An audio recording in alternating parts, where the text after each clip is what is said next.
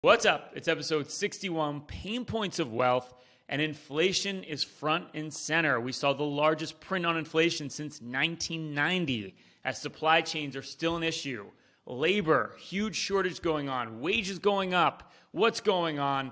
We're going to discern for you exactly what's happening within the economy right now with inflation. Is it going to continue at this rapid pace? And meanwhile, bubbles are forming everywhere. Is crypto a bubble? Are tech stocks a bubble? Is the market a bubble? What do you need to be doing right now proactively to protect yourself?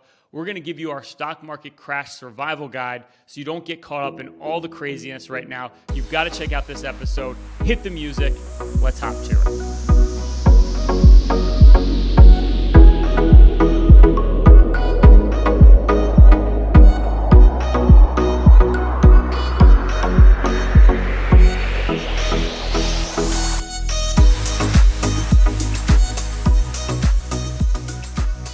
Hey, clearly, guys, inflation has been the hot news. It's been the big news for the last couple of months. But I think I would call this episode Back to the Future. I feel like I'm going back into the 70s and 80s, where most investors don't even remember having inflation, let alone high inflation, or seeing interest rates actually go up. We've been in a 40-year bond market, bull market. Is it all over? It could be. I mean, actually, funny you said that. I've been in the business now for over 20 years. And since the day I got into the business, interest rates have done nothing but go down. And the funny thing is, every single year I've been in the business, the prognosticators said, well, rates aren't going to stay this low forever. They had to go back up again. It never happened. On Dad's point about clients remembering what happened back in the 70s, I would contend our clients don't even remember what happened back in March of 2020, because everybody who was really, really bearish at that time is really bullish now. Well, Chris, I'm a great studier of history, so I remember what happened back in the 80s and the 70s. But you know what? I don't remember what I had for breakfast this morning. So, it's not all their fault. I mean, that's a really good point. I'm seeing this right now in terms of sentiment is everybody was super nervous. For the last decade, they were super nervous. Forget about March, right? I mean, after the great financial crisis, the market had its lowest participant rate in over a decade. People just weren't invested in the stock market. But now all of a sudden, after the market's had huge all-time record highs, we've seen returns like we haven't seen in years. Everybody wants to be in and wants to be more aggressive. And it's the old Warren Buffett saying, right? Be fearful when others are greedy and be greedy when others are fearful. And you can see investors right now are being very greedy. It's kind of crazy. Well, when I watch the financial propaganda channels, you would think that, with 5% year over year inflation now, 6 months in a row, right? That inflation doesn't appear to be transitory. And based on these commercials, they keep telling you gold is the way to hedge that risk. But gold's the only investment I see on my screen that's down year to date, versus the S&P up 25%. I just love gold. There's so many gold bugs out there. There are always these prognosticators talking about how gold's ready to have its big move. And then it does nothing. And now you're comparing Bitcoin as the new gold. Well, guess what? Gold's a horrible investment. Look at a 100-year chart of gold. It barely keeps up with inflation, yet there's so many investors enamored with this just unremarkable asset class. Blows my mind. At least with gold, you can find it because it's heavy. You got to put it somewhere. If you forget your password on your crypto account, you lose it all. I mean, that doesn't make a lot of sense to me. Well, you guys are talking about crypto and gold as not being great inflation hedges. Well, the question I would contend is, well, what is a good inflation hedge? What kind of things should we own that are good to own during these inflationary times? As Bob would say, stonks. Actually, I'd say stocks and or equities. It's and we have history as a guide, and I got charts to prove it, guys, if you don't believe it. But stocks have been going up in every inflationary period. It's the best inflation hedge there is because companies is what are represented by stocks, real assets. And what you can do with a company is you can take those additional costs and pass them on to the ultimate consumer, you and I. Not only that, that'll boost your earnings. It'll boost the buybacks rather. They're buying back their own stock, which I call financial engineering. Don't know why everybody doesn't do it every day.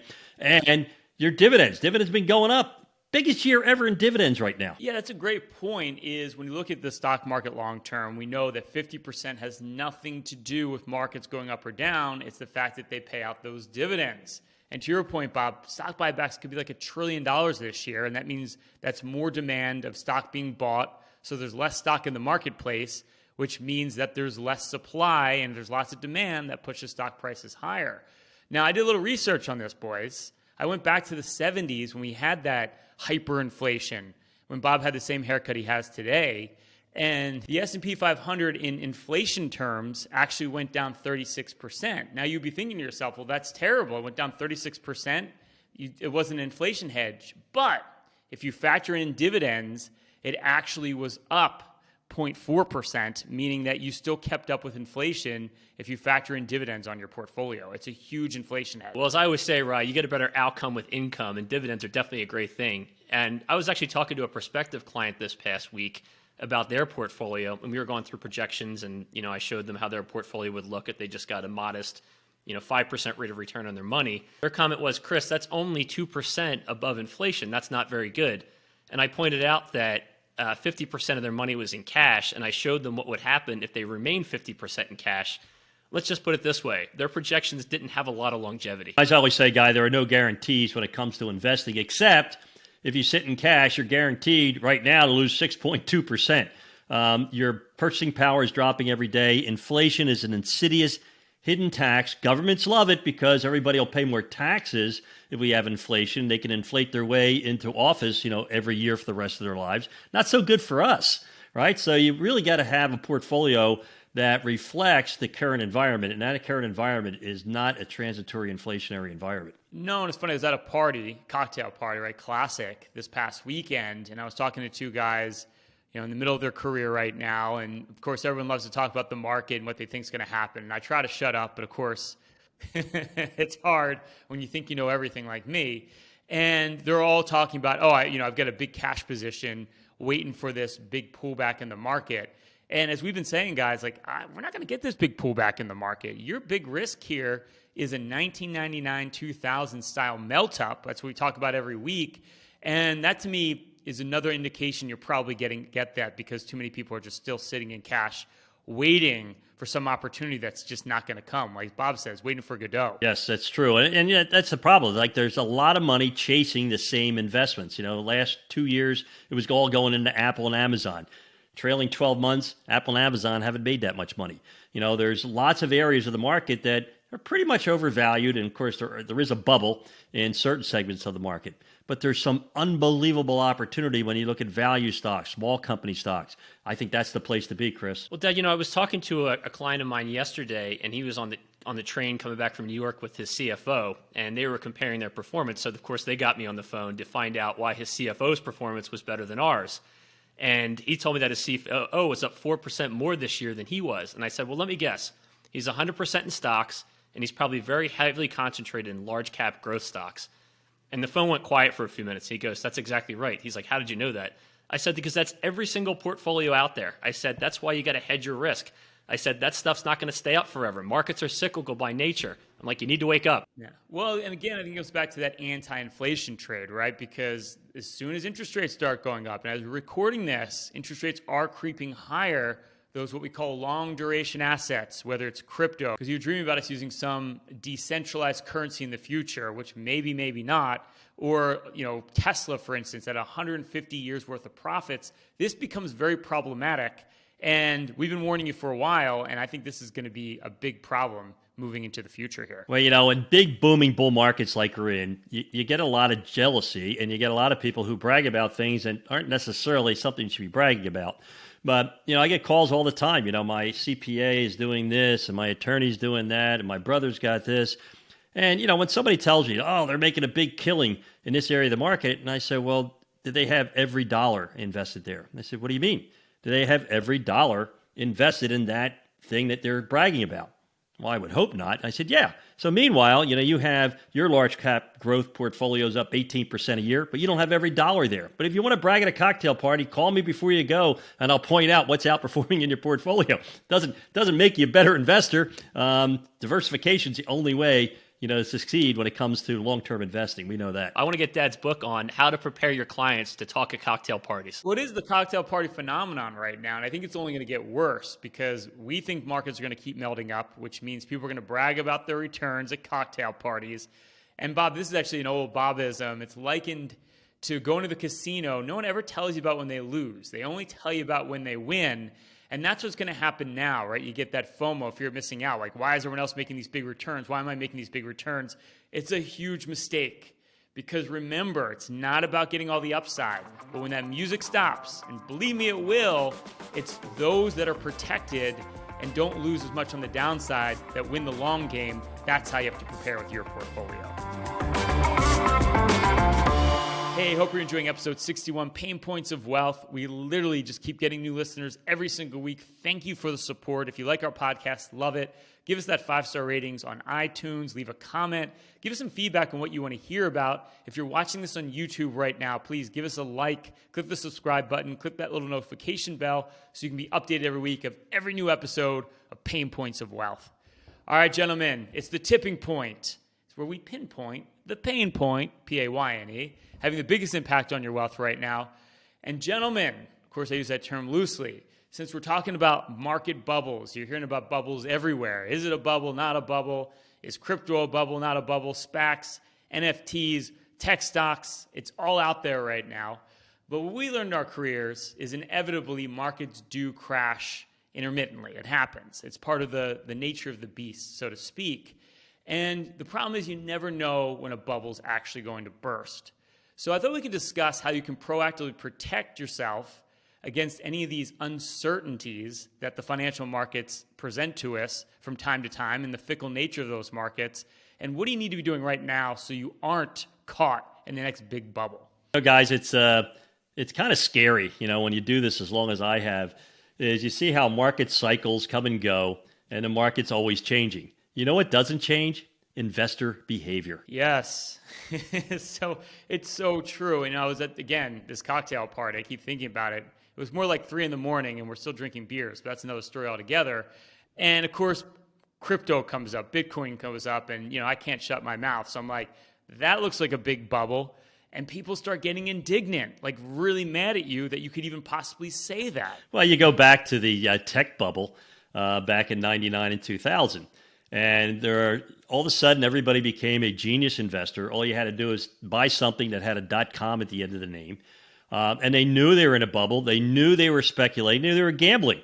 But they said, of course, Bob, I'll get out before it's over, right? People think they can game the bubble, right? They're going to pull out beforehand. The good news is, if you sell anytime during the bubble when everybody recognizes one and reinvest it properly, you're going to succeed, even if you don't get the tippy top. So be warned, it's coming. Here's the tricky part, and I'm starting to realize this now because, Bob, I remember you and I back in 2006, and we're looking at all these vacant real estate properties littered across the like driving on the turnpike, looking out on Pennsylvania, and just looking at each other like this has got to be a huge bubble.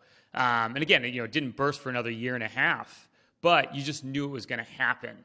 And the hard part right now is that FOMO, right? Because everyone's making money and that fear of missing out is just so seductive that it's hard to say, you know what, I'm going to get out early and rediversify my portfolio. It's the right decision, but so hard to do because of that FOMO in the short term. It's kind of like the Philadelphia Eagles, right? They played pretty well last week, and it was fun to watch. But, it's more exciting to see a 40-yard, 50-yard pass down the field versus, 3 years in a pile of dust, right? So, the blocking and tackling, the things you have to do, the basics of investing properly are boring, right? You love that long pass, but that doesn't work out so well. So the idea is you want to really have a strategy that's based on, history, achieving your goals, not having the most return or being in the best investment, every day of the week. The other part of that too, Dad, is the fact that not only is it boring, but it's also hard to do. Investing takes discipline. When I talked to my clients 2 years ago, and they didn't want to put money in things like pipelines and commodities, they kept saying the same old thing. That thing's been down for 5 years. Why do we want to catch a falling knife? And they're singing a different tune now. People don't want to invest in things when they're down. That's the bottom line. They want to invest in that thing that's exciting. But what also goes back to that short-term memory, like we already know how these things are going to end, right? I mean, look, we already know that people were able to delude themselves into believing that a tulip was worth as much as a house back in the 16th century, right? You mean it's not? What's that? You mean it's not? I know, hard to believe, right? Tulip is like $1 today. But people can convince themselves of anything, and we know these things don't end well in the past, but for some reason, quote unquote, it's different this time. It's not. And we also know that inflation hedges are dividend-paying stocks, commodities. We know what does well in an inflationary environment. History's already told us that, yet most of you don't have those in your portfolio. And, it's the playbook of the past always works. We keep on reinventing the wheel when it comes to strategy. And as we've learned, that doesn't work. Well, just like every meeting I've ever had, when it comes time to taking some money off the table, right, or repositioning a portfolio because something's going up dramatically, it's like, well, Bob, can't we just wait till it's done going up? It's like somebody pushes a button or waves a flag or, yells out, hey, it's all over. It doesn't happen. So it's really hard when you're an investor, like you said, Chris, it's counterintuitive. Our emotions take control. Fear and greed motivates all of us. And that's why you need a discipline and a strategy and a plan and keep it balanced. I mean, Bob Farrell was the greatest market technician in the history of my days at Merrill Lynch. And he said a couple of brilliant things. One, there are no new errors.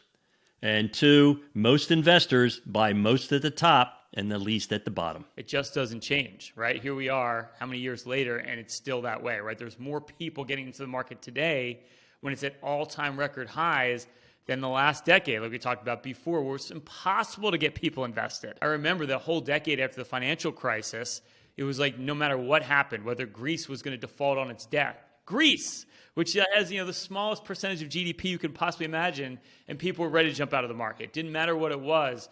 Everyone was so skittish. But today, it's just pure animal spirits.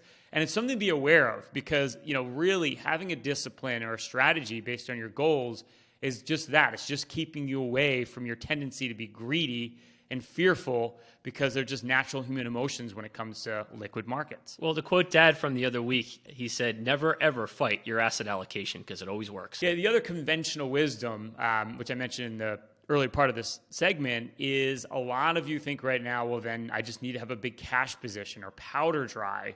And the big problem with that, again, is money sitting in cash right now is less valuable than ever because if inflation's at 6%, Bob, to your point, that means you're guaranteed to lose 6% on your money. That's not a good solution to protect yourself against a market crash. And let's face it, guys, when you have 6% inflation, cash is trash, right? You're guaranteed to lose money. Nobody wants to invest where they're guaranteed to lose.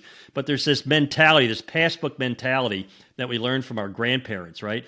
You would go down to the credit union, you'd give them your passbook, and they would pencil in how much money you had and what your return was. And I can't believe we trusted that, right? That pencil had an eraser on it. But that's that thought. It's like, well, I'm making money, a little bit of money. I'm not losing anything. But that's where you don't recognize that the purchasing power of your dollar is dropping all the time. And inflation is a killer, right? It's that insidious hidden tax that, I don't think we pay enough attention to. Dad, I just have one question. For those of us that live in the time of electricity, what the heck is a passbook? Yeah, but I think the bottom line here, too, is an important thing to remember is if the market crashes, the question you need to ask yourself, what market? Because not everything may go down if we get a big bubble burst in, let's say, tech stocks, for instance. Or let's just say, just for instance, maybe this crypto is really a bubble and it all blows up at some point. That doesn't mean other markets won't go up. And that's the point of diversification because if you go back to when the tech bubble burst back in 99, 2000, well, commodities were up that year. Value stocks were up that year. International stocks had a magnificent decade after we saw the tech bubble burst. So it's the same thing now. It's just you got to think to yourself, okay, if the bubble bursts tomorrow, do I have money in lots of different pockets or am I concentrated in the same place? And if you are, now's the time while the wind's at your back to make those proactive decisions, protect yourself against the next big market crash. Hey guys, you know what? This story is as long as the hills. I read you this book when you were born, right? You had to make a decision. Do you want to be the tortoise or the hare? I think all of you need to make that decision right now. Bob, Chris, and I now have a collective 75 years helping individuals just like you with your planning and investing. This is literally what we do every single day.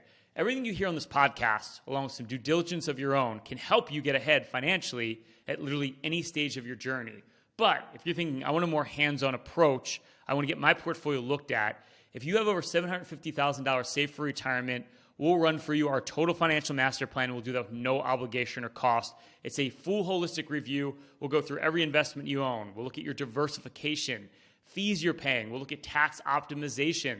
I think taxes are going higher. We'll give you our tax savings playbook. We're going to go through all your expenses, your income plan to make sure you're on track for your plan for financial independence. Simply go to www.paincm.com/financial plan to see if you qualify for a free complimentary financial review. That's www.paincm.com/financial plan to see if you qualify for a free financial review.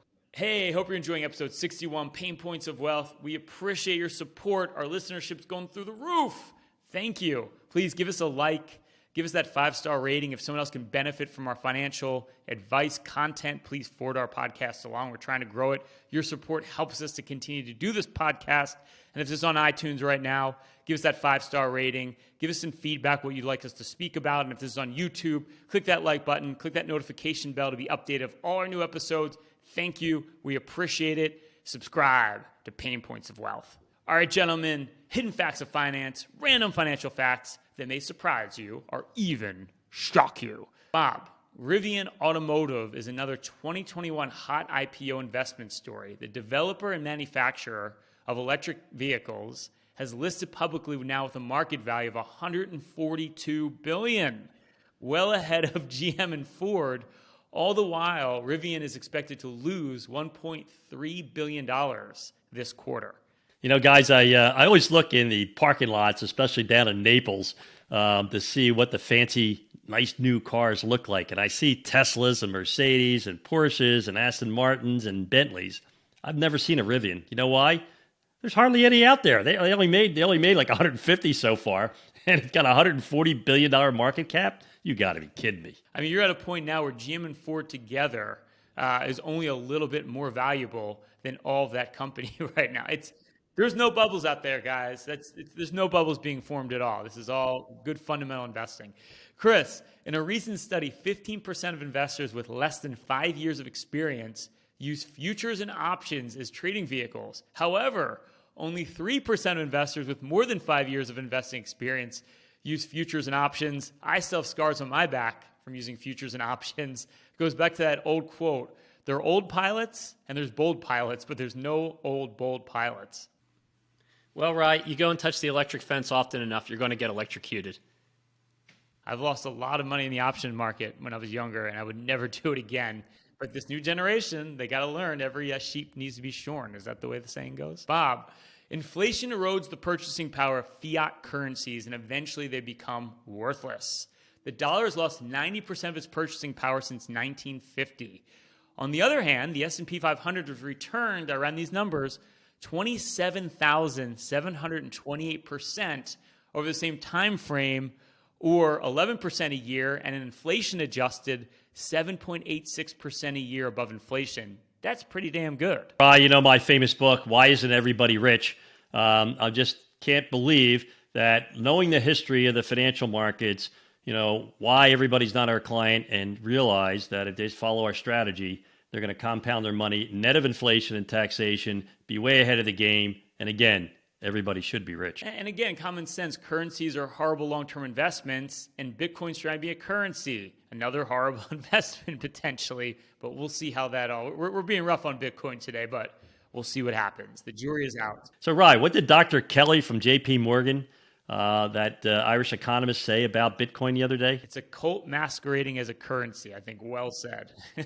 Chris, surprisingly, foot traffic for indoor malls was up 3% in October compared with 2019's pre-pandemic level, as traffic for outdoor malls was up 5%. One of the reasons mall stocks are seeing their shares soar. Who would have thought going to the mall is a thing again? Well, we said this about 12 months ago, that as the pandemic started to lighten up, people were going to be getting outside more. As a matter of fact, I saw a meme the other day that was talking about how Pelotons are now trading at 50% off. So you can get a Peloton for half the price that you could get it over a year ago. Yeah, it's remarkable. And man, oh man, I just want to go to the mall to get those Annie's pretzels. They were the best. That's the only reason I want to go. The food court, all that good stuff. All right, gentlemen, I digress. Another great show. If you like our content, love our content, please subscribe, like, give us that 5-star rating, give us the love. Till next time, stay loose and keep an open mind.